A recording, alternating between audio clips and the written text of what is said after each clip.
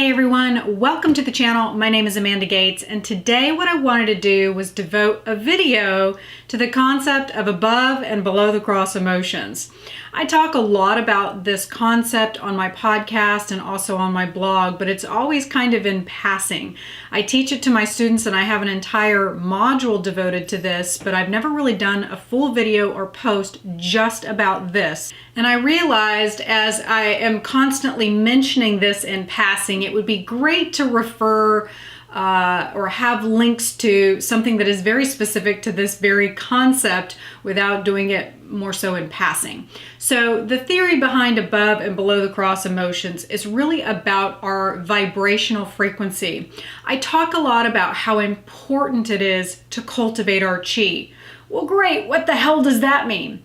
So in Feng Shui, we have a concept called personal chi. It's literally the energy that surrounds our bodies. And so the reason that I developed above and below the cross emotions is this idea of why we want to pay attention to how our chi is showing up.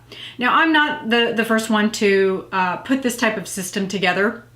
Robert Plutchik developed a fantastic system based on emotions, and probably the most famous one is Dr. David Hawkins, who created the frequency chart. His is probably the most widely known, and it's all over the internet, and you can find it everywhere, and a lot of psychologists also use his system. Above and below the cross emotions are essentially the same thing. Now, this is a concept that I put together, I don't know, 7 or 8 years ago. I've been talking about it for a really long time, but the idea is that I want my clients, I want the people, my audience that listen to me and are fans of mine, I want them to stay in what's called above the cross. Above the cross emotions are all about being in the good vibes, right? So my chart that I've put together, I've got everything from joy, peace, love, happiness, pleasure, and gratitude. Those are all of the goods in life.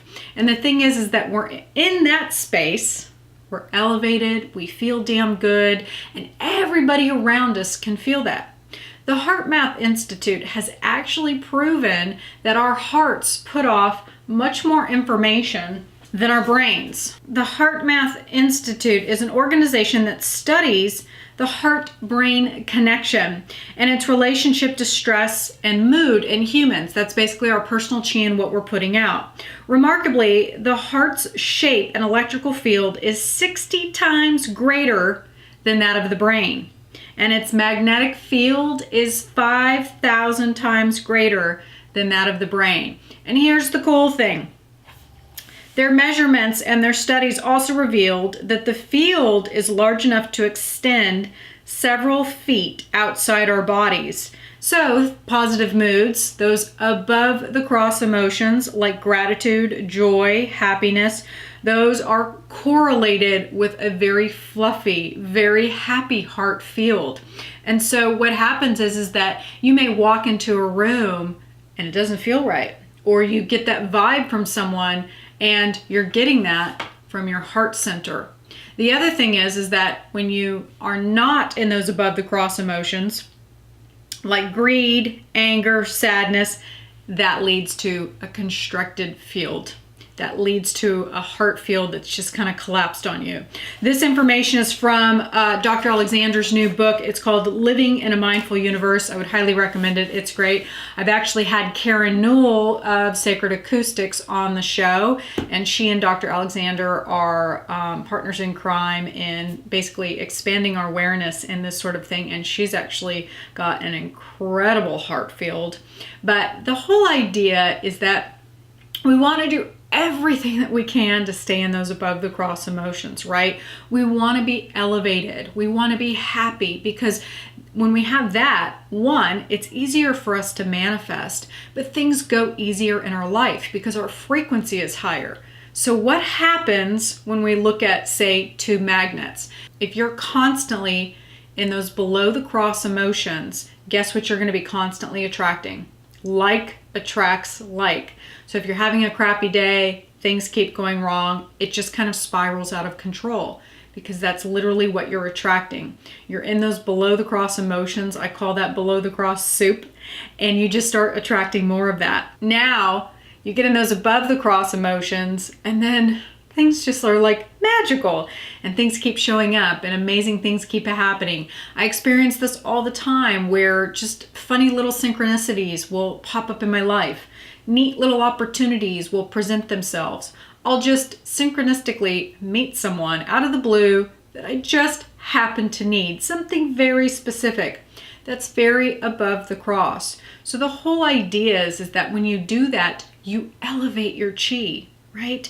When your chi is elevated, then you can really get in that space. And the reason that this matters is not only what you manifest in your life, but if you're looking at this from a place of Feng Shui, if you're not in those elevated emotions, if you don't have elevated chi, and you're not taking the time to cultivate your chi, you're not going to get as good of results.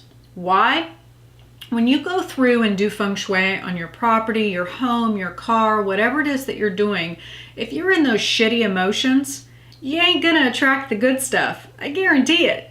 You need to be in those elevated emotions. You need to be happy and joyous and thrilled about the work that you're doing, not questioning it, not having doubt, not being pissed off. Because when you're in those above the cross emotions and you're going through and doing the Feng Shui of whatever it is that you're doing energy work on, you're gonna get 120% results. That's why in my practice, I'm so big on helping people to learn how to cultivate their chi. And that's why I talk about it so much. And that's where this system above and below the cross emotions came from. When I can get you elevated and teach you how to cultivate your chi, then your Feng Shui results are going to be that much better and they're going to kick ass and take names. Who doesn't want more of that, right?